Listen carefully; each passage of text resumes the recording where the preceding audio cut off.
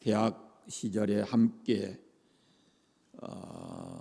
절친으로 지냈던 친구가 있는데, 한 사람은 이 판사가 되었고 한 사람은 사업가가 되었습니다.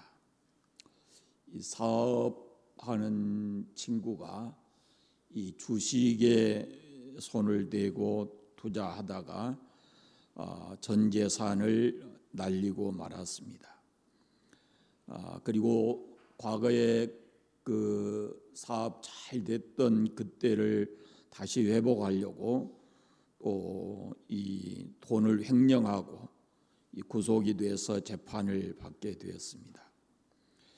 그런데 그 재판을 담당한 판사가 공교롭게도 그 대학 시절 가장 가까웠던 친구, 바로 그 사람이었습니다.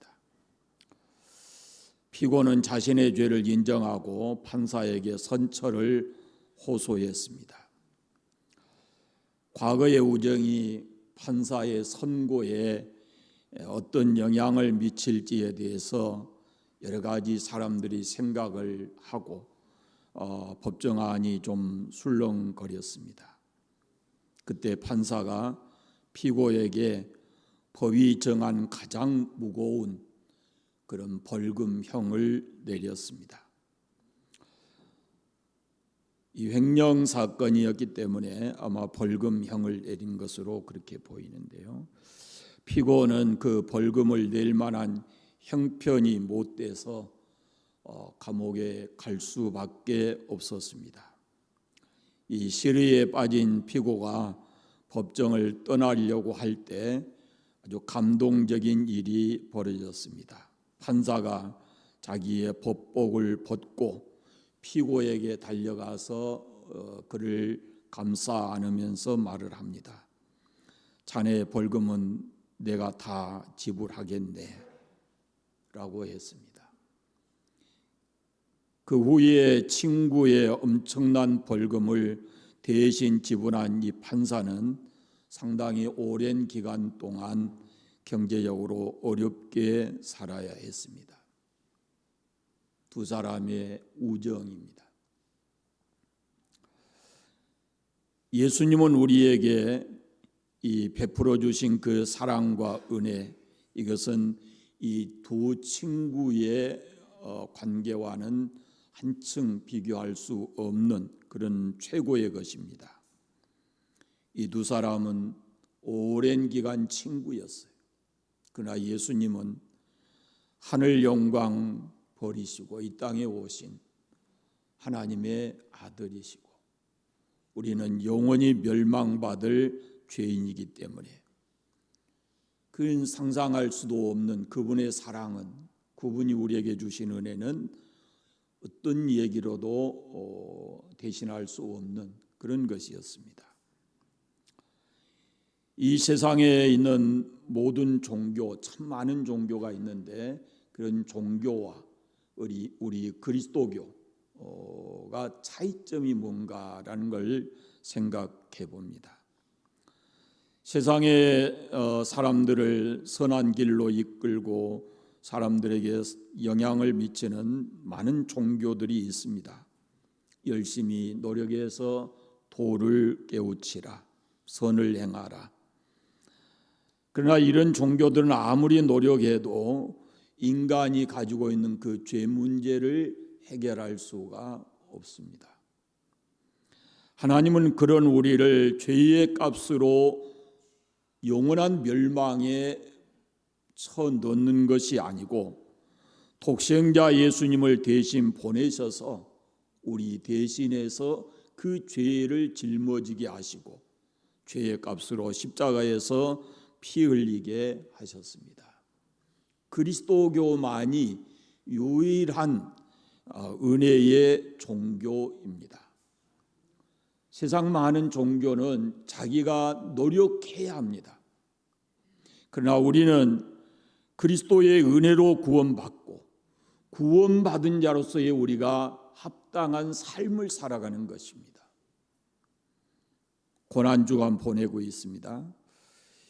예수님의 고난을 깊이 묵상해야 합니다. 두 가지 방향에서 해야 할 겁니다. 첫째는 예수님이 우리를 위해서 받으신 고난입니다. 예수님이 나를 위해서 받으신 고난이 무엇인가라는 것을 묵상해야 되고, 또 하나는 나는 그리스도로 인해서 어떤 고난을 받고 살아가는가. 우리가 예수님으로 인해서 받는 고난을 깊이 묵상해야 합니다. 이사야 53장 우리가 익히 잘 아는 말씀이고, 이 선지 이사야 53장에 나오는 가장 많이 나오는 단어가 그라고 하는 단어입니다. 그 선지자가 가리키는 곧 메시아의 모습이 본문의 2절에 나와 있습니다. 그는 주 앞에서 자라나기를 연한 순 같고 마른 땅에서 나온 뿌리 같아서 고운 모양도 없고 풍채도 없은즉 우리가 보기에 흠모할 만한 아름다운 것이 없다. 이사야 선지자가 말한 그는 고난의 종을 가리킵니다. 그는 다름 아닌 예수 그리스도이십니다. 그런데 그분의 모습은 연한 순 같고 순같이 연약해 보이고 마른 땅에서 힘들게 나온 뿌리 같아서 볼품이 없었다라고 합니다. 고운 모양도 없고 풍채도 없어서 사람들이 흠모할 만한 그만한 것이 없었다라는 겁니다. 그런데 선지자 이사야가 예언한 이 말씀이 500, 600년 후에 예수 그리스도를 통해서 그대로 성취되었습니다. 예수님은 갈릴리 나사렛에서 성장하셨습니다. 베들레헴에 나셔서 나사렛에서 어린 시절을 보냅니다. 사람들은 이 변방의 갈릴리 지역 나사렛을 천대시했습니다. 빌립이 요한복음에 보면 빌립이 예수님을 나다나엘에게 소개했을 때 나다나엘이 보인 반응이 이렇습니다. 나사렛에서 무슨 선한 것이 날 수 있느냐라고 시큰둥하면서 말합니다. 사람들이 볼 때 예수님은 나사렛 출신일 뿐만 아니라 목수의 아들이었습니다. 예루살렘의 유대 지도자들은 예수님을 천대시하는 것, 이것이 너무도 당연한 모습처럼 여겨졌습니다. 그만큼 예수님은 사람들 보기에 흠모할 만한 그런 모습이 없었다라는 거죠. 또 하나는 그 메시아로 이 땅에 오신 예수님에 대해서 사람들이 어떤 반응을 보인가라는 것입니다. 사람들은 그를 멸시했습니다. 그는 사람들에게 버림받았고 간고를 많이 겪었고 질고를 아는 분이었습니다. 사람들은 얼굴을 돌려 그를 외면했습니다. 유대의 지도자들은 하나같이 예수님을 비방했습니다. 때로는 미쳤다 말하기도 했습니다. 예수님의 어머니 마리아는 예수님이 하나님의 아들이심을 천사 가브리엘을 통해서 전해준 사실을 그대로 믿었기 때문에 예수님에 대한 신뢰를 가지고 있었습니다. 그런데 마리아는 아들 예수님이 미쳤다라는 말을 들었을 때 그를 데려오려고까지 했었습니다. 얼마나 사람들의 비방이 심했으면 그렇게 했었을까라는 생각이 듭니다. 그러나 예수님이 겪으신 고난은 그 정도의 비방에 그치는 것이 아닙니다. 나중에는 가장 아끼고 사랑했던 제자들로부터도 배반당하고 버려졌습니다. 그리고 예수님은 잡혀 채찍에 맞으시고 가시면류관을 쓰시고 십자가 지고 해골의 언덕을 오르셨습니다. 극심한 고통으로 몸부림치다가 숨을 거두셨습니다. 예수님은 나의 하나님, 나의 하나님, 어찌하여 나를 버리셨나이까 라면서 울부짖기도 하셨습니다. 예수님이 이 세상에서 받으신 고난, 사람들이 그분께 보인 반응, 이것은 처절한 것이었습니다. 왜 그가 왜 고난을 받으셔야 했습니까? 오늘 본문에는 그의 고난은 우리를 위하는 것이었습니다. 그분은 우리의 질고를 지셨고 우리가 겪어야 할 슬픔을 겪으셨습니다. 그분의 찔림은 우리의 허물 때문이고 그분의 상함은 우리의 죄악 때문이고 그가 징계를 받음으로 우리가 평화를 누리고 그가 채찍에 맞음으로 우리가 나음을 받았습니다. 한마디로 예수님은 우리를 대신해서 고난을 받으시고 십자가의 길을 가시고 자신의 생명을 내어 주셨습니다. 대신한다는 개념은 이것은 그리스도교에만 있는 하나님의 사랑, 절대적 사랑의 표현입니다. 십자가는 버림받는 현장이었습니다. 십자가는 로마 시대의 가장 흉악한 죄인들을 죽이는 형틀이었습니다. 누구도 십자가에 죽는 죄수를 동정하지 않았습니다. 예수님은 두 손과 두 발에 못이 박히시고 창으로 옆구리를 찔림 받았습니다. 채찍으로 맞기도 하셨습니다. 그 모든 것이 나를 위한 우리의 허물과 죄악 때문이다라는 것입니다. 이렇게 예수님이 겪으신 그 고난의 결과 우리는 평화를 누리고 나음을 받았습니다. 예수님이 우리가 받아야 될 형벌을 대신 받으심으로 그 예수님을 나의 구주로 받아들일 때 오늘 그분이 약속하신 이 모든 것들이 우리에게 은혜로 주어지는 것입니다. 로마 시대에 노예가 많았습니다. 노예는 값으로 평가돼서 물건처럼 매매되기도 했습니다. 어쩌면 성경의 표현을 빌리면 우리는 그 매매 시장에 나오는 노예와 같습니다. 그런데 예수님께서 자신의 몸을 값으로 지불하시고 우리를 노예 시장에서 우리를 사셔서 죄의 노예로부터 우리를 자유하게 해 주셨습니다. 그것을 위해서 우리에게 자유를 주시고 영원한 생명을 주시기 위해서 예수님이 고난을 당하시고 십자가의 길을 가신 것입니다. 나 때문입니다. 우리 때문입니다. 어떤 사람들은 나 때문에 예수님이 고난을 당하셨다 하는 고난 당하셨다는 사실을 도무지 받아들이지 못한 사람들이 있습니다. 그는 실로 우리의 질고를 지고 우리의 슬픔을 당하였거늘 우리는 생각하기를 그는 징벌을 받아 하나님께 맞으며 고난을 당한다 하였노라. 그때도 그렇지만 지금도 같은 생각을 가진 사람들이 이 땅에 많이 있습니다. 사람들은 예수님이 그분의 자신의 죄 때문에 하나님께 맞고 고난을 당한다고 생각했습니다. 자신들은 하나님 앞에 징벌받을 만한 죄가 없다고 생각을 하는 겁니다.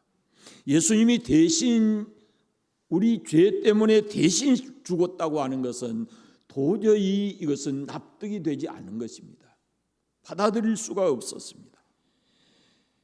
그러니 예수님의 고난당하신 것은 자신의 죄 때문이지 무슨 그것이 나와 상관이 있느냐고 추워도 믿지 않습니다.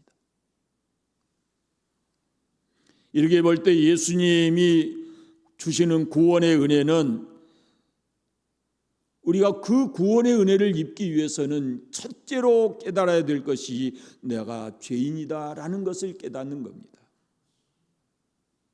내가 죄인이라는 사실을 인정해야 그래야 겸손하게 우리는 십자가 지신 예수님 앞에 나아갈 수 있고 그 십자가의 은혜를 우리가 사모하고 그 은혜를 예수님의 십자가 공로를 의지할 수가 있는 것입니다. 복음서에 나오는 바리새인들은 자신들이 아브라함의 자손이라고 자부했습니다. 그러나 아브라함의 자손이라는 것이 사실 그들에게 구원을 보장해 주는 것이 아닙니다. 자신의 죄를 깨닫고 그 죄를 회개하는 사람, 그 사람이 구원을 얻습니다. 누구든지 나를 믿는 자는 멸망하지 않고 영생을 얻을 것이라고 주께서 말씀하십니다. 자신의 죄를 깨닫고 내가 죄인이라는 그 실존을 깨닫고 이 죄를 어찌할꼬 하면서 이 나의 죄 때문에 대신 죽으신 그 예수님을 나의 구주로 받아들일 때, 그럴 때 우리에게 구원이 있고 영원한 생명이 주어지게 되는 것입니다. 예수님이 고난받으신 모습을 묵상하고 우리는 어떻게 그분을 따라가야 할지를 깊이 묵상하고 결단해야 합니다. 단순히 우리가 예수님의 고난만을 생각하면 안 됩니다. 그분이 우리를 위해서 고난받으셨다면 우리가 그를 믿음으로써 우리에게 오는 어떤 고난도 우리가 그것도 믿음으로 견디고 이겨야 된다라는 말씀입니다. 예수님의 고난을 묵상하는 이유는 우선 그분의 은혜에 감사하기 위해서입니다. 우리를 위해서 고난받으셨을 때 그것을 감사함으로 우리도 그 예수님의 고난을 생각하고 우리가 예수님으로 인해서 고난받게 됐을 때 그것 또한 우리가 감사함으로 이겨내기 위함인 것입니다.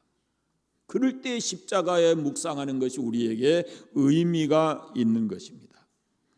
예수님을 통해서 구원받은 사람은 예수님을 위해 하나님의 나라를 위해 고난받을 수 있습니다. 예수님께서 겟세마네 동산에 가시면서 제자들에게 이렇게 말씀합니다. 일어나라, 함께 가자. 겟세마네 동산에 가시면서 함께 가자라고 부릅니다. 고난의 자리로 제자들을 부르신 겁니다. 사도 바울은 성도들이 받아야 될 고난에 대해서 성경에 곳곳에 기록하고 있습니다. 특히 빌립보서 1장에 보면은 그리스도를 위하여 너희에게 은혜를 주신 것은 다만 그를 믿을 뿐 아니라 또한 그를 위하여 고난도 받게 하려 하심이라. 예수님 이후에 제자들로부터 많은 성도들이 그 고난을 받으면서도 십자가 단단히 붙잡고 믿음을 지킨 이유가 무엇일까요? 주님께서 우리를 위해서, 나를 위해서 십자가의 길을 가시고 피 흘려 죽으셨다고 하는 그 믿음이 확실해져야, 그래야 예수님으로 인해서 내게 어떤 고난이 올지라도 그 고난을 이겨내고 끝까지 십자가를 붙들게 되는 것입니다. 7절 말씀 보십시오. 입을 열지 아니하고 침묵 가운데서 고난받으신 메시아의 모습입니다. 고난이 왔을 때 우리도 말없이 묵묵히 우리에게 주어진 십자가를 지고 길을 걸어가야 할 것입니다.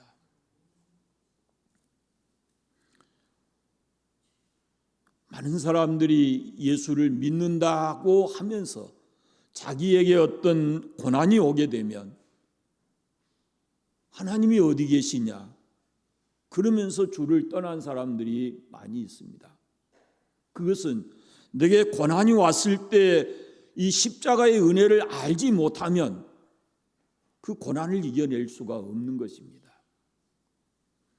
십자가의 은혜, 십자가의 대속의 은혜, 십자가의 예수님 나를 위해서 대신 죽으신 그 은혜를 깨달아야만이 내게 어떤 고난이 왔을 때 그 고난을 믿음으로 이겨내고 우리가 승리할 수 있게 되는 것입니다. 그리스도교의 근간을 이루는 두 기둥이 있습니다.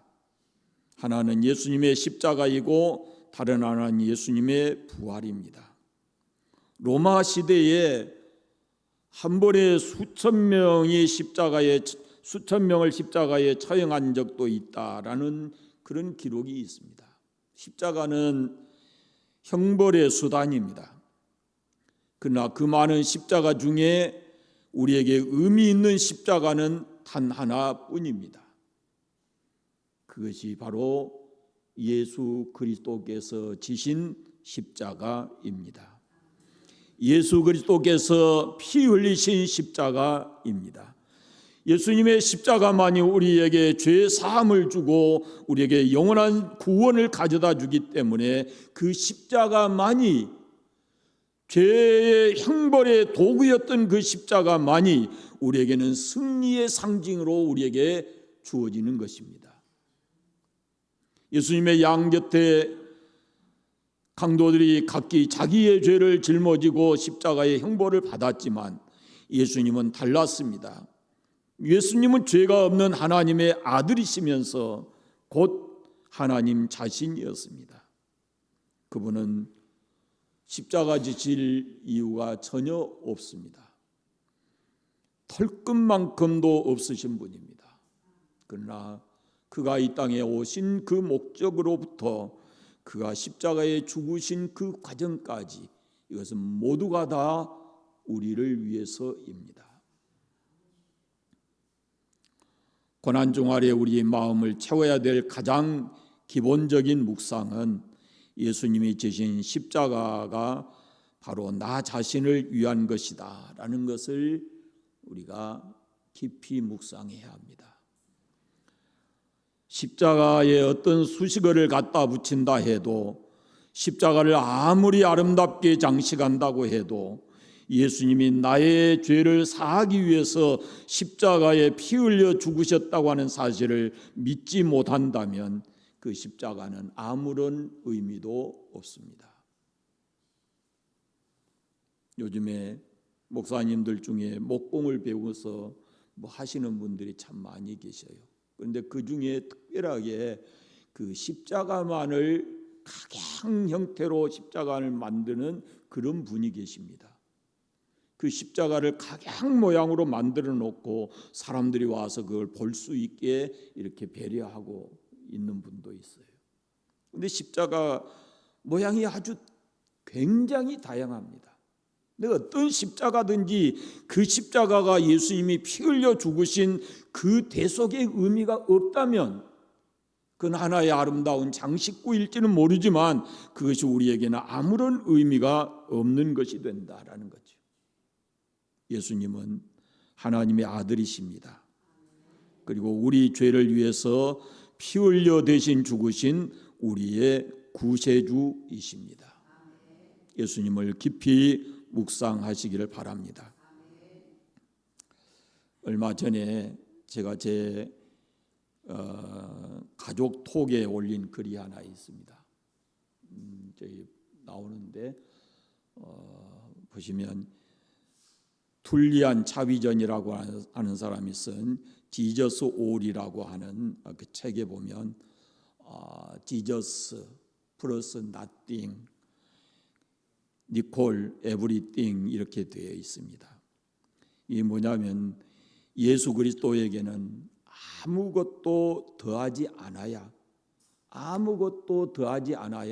모든 것이 됩니다.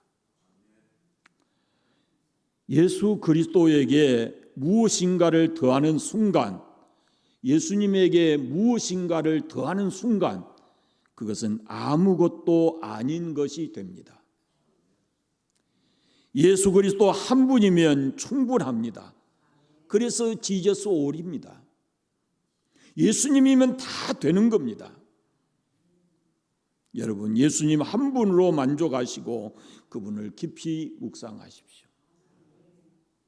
제가 제 톡을 보내고 나서 내일 주일인데 교회 가서 예배자로 예배 잘 드려라 아버지 그러고 썼어요. 저건 안 써졌네. 그랬더니 답이 옵니다. 아멘 한 사람도 있고 네 그러겠습니다 한 사람도 있고 목사인 아들이 네 저도 교회 가겠습니다. 여러분, 우리는 예수님 한 분이면 됩니다. 죄 있는 우리에게는 오직 그분 한 분이면 우리가 죄 용서받고 그리고 영원한 생명을 얻어서 하나님의 나라를 기업으로 받게 됩니다. 다 잃어버려도 십자가 단단히 붙잡고 끝까지 믿음 지키면서 살아가시기를 바랍니다. 기도하겠습니다. 죄인된 우리를 위해서 십자가 지시고 피 흘려 주신 주 예수님, 주님의 십자가를 생각합니다. 나 때문입니다. 우리 죄 때문입니다. 우리에게 구원을 주시기 위해서입니다. 그래서 멸시도 받으시고, 그래서 매도 맞으시고, 그래서 십자가에 피 흘려 주신 줄 믿습니다. 십자가의 도를 깊이 깨닫게 하시고 십자가의 능력을 덧입혀 주시옵소서. 아버지 하나님, 하나님의 나라, 주님이 피 흘려 세우신 몸된 교회를 위해서 내가 져야 될 십자가가 무엇인지를 깨닫게 하시고 말없이 침묵하며 내게 주어진 그 십자가를 잘 감당하게 해주시기를 원하옵고 기도합니다. 아버지 하나님, 지금도 육체적으로 심한 고난 중에 있는 이들이 있습니다. 주께서 긍휼히 여겨주시고 그 고난을 통해서 예수님의 고난을 조금이라도 알게 하시고 또 주님의 은혜를 더 깊이 깨닫게 하셔서 그 고난을 벗어났을 때 정말로 주 예수를 위해서 살아가는 성도들 되게 해주시기를 원하옵고 기도합니다. 아버지 하나님, 이 밤도 주님의 십자가를 다시 한번 움켜쥡니다.